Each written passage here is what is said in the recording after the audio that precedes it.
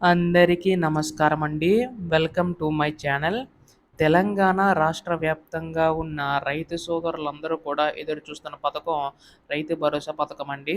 So, ప్రస్తుతం ఈ యొక్క పథకం సంబంధించి గాను చూసుకున్నట్లయితే రైతు భరోసా పథకం సంబంధించి చాలామంది నిధులనేవైతే జమ కావట్లేదనమాట. సో, మనకి జనవరి 26వ తేదీన ప్రారంభించిన పథకం అందరికి ఒకేసారి కాకుండా దశల వారీగా నిధులనేవైతే విడుదలవుతూ వస్తున్నాయండి.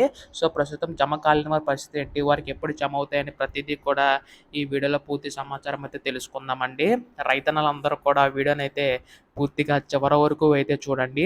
అంతకంటే ముందు కొత్తగా ఎవరైనా మన ఛానల్ చూసినట్లయితే దయచేసి వెంటనే ఛానల్ అయితే సబ్స్క్రైబ్ చేసుకోండి.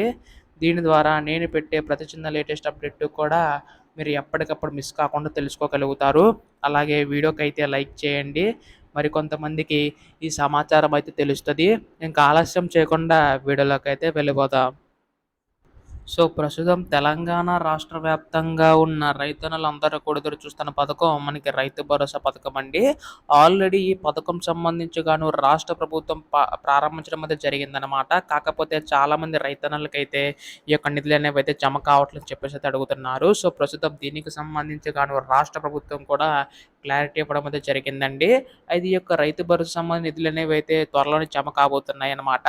అయితే మనకు ఒకేసారి కాకుండా ప్రస్తుతం మనకి స్టార్టింగ్‌లో చెప్పినట్లు మండలానికి ఒక గ్రామం చొప్పున నిధులనేవైతే విడుదల చేసుకుంటూ రావడం అయితే జరుగుతుంది కదా! అలా ప్రస్తుతం మనకి ఇక్కడ చూసుకున్నట్లయితే మార్చి 31 తేదీలోపు కూడా మనకి ఈ యొక్క నిధులనేవైతే జమ కాబోతున్నాయండి. సో, ఈ యొక్క నెలాఖరులోగా తొలి విడత కింద 3-5 ఎకరాల లోపు ఉన్న వారికి రూ. 6,000 అనేవైతే జమ అవుతూ వస్తున్నాయన్నమాట. సో, మీకు ఇంకా జమ కాకపోతే మాత్రం ఈ యొక్క నెలాఖరులోగా రేపెల్లులోగా ఉంటుంది కాబట్టి సో, రేపెల్లులోగా మీ యొక్క ఖాతాలో జమ చేసే అవకాశం ఉందండి రాష్ట్ర ప్రభుత్వం. సో, ప్రస్తుతం దీనికి సంబంధించి గాను రాష్ట్ర ప్రభుత్వం కేవలం అర్హత ఉన్న వారికి మాత్రం నిధులనేవైతే జమ చేసే అవకాశం ఉందండి. అంటే ఎవరికైతే మనకి భూమి కలిగి ఉంటుందో అంటే సాగు భూమి కలిగి ఉంటుందో వారికి మాత్రం ఈ యొక్క నిధులనేవైతే ఇచ్చే అవకాశం ఉందన్నమాట. అంతేగాని రాళ్ళు, గుట్టలు, రప్పులు ఉన్న వారికైతే రాదండి. సో, ప్రస్తుతం దీనికి సంబంధించి గాను రాష్ట్ర ప్రభుత్వం ఈ విధంగా అప్డేట్ అయితే ఇవ్వడం అయితే జరిగిందండి. ఇటువంటి లేటెస్ట్ అప్డేట్స్ అన్నీ కూడా మిస్ కాకుండా తెలుసుకోవాలనుకుంటే ఛానల్ అయితే సబ్స్క్రైబ్ చేసుకోండి మిత్రులారా. ధన్యవాదములు. జై హింద్.